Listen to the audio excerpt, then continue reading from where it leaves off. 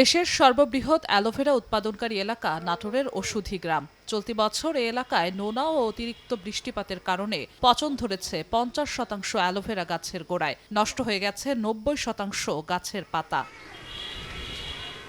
অধিকাংশ অ্যালোভেরা নষ্ট হয়ে যাওয়ায় দিশেহারা অ্যালোভেরা উৎপাদনকারী প্রায় 2200 চাষি। বৃষ্টি পড়ার কারণে আমাদের ক্ষতি এখন 30,000-40,000 টাকা তার মূল্য নাই। নোনা বৃষ্টি হয়ে গোটা এলাকার এলোবারে নষ্ট হয়ে গেছে।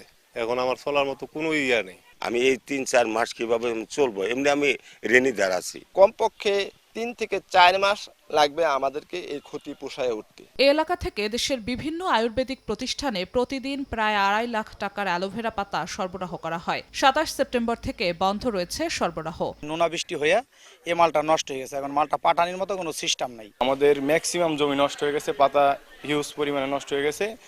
তাই আমরা এই 5 দিন যাবৎ কার্যক্রম বন্ধ আছে এবং কতদিন যে বন্ধ থাকবে আমরা নিজেরাও বলতে পারতেছি না। কৃষি বিভাগের হিসেব বলছে উৎপাদন ব্যাহত হওয়ায় ক্ষতির পরিমাণ দাঁড়িয়েছে প্রায় 2 কোটি টাকায়। গোড়া ভালো থাকা গাছগুলো থেকে উৎপাদন বৃদ্ধির পরামর্শ কৃষি কর্মকর্তার। এই ভারী বর্ষণের কারণে আমাদের অ্যালোভেরা গাছটি অনেকটা ক্ষতি হয়েছে।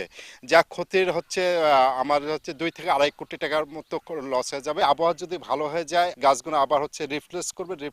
মানে এক জায়গা থেকে আরেক জায়গায় লাগালে অনেকটা কৃষক হবে হচ্ছে লাভবানের আশা মুখ দেখবে। চলতি বছর ওষুধি গ্রামে 65 হেক্টর জমিতে অ্যালোভেরার চাষ হয়েছে। সময় সংবাদ, নাটোর।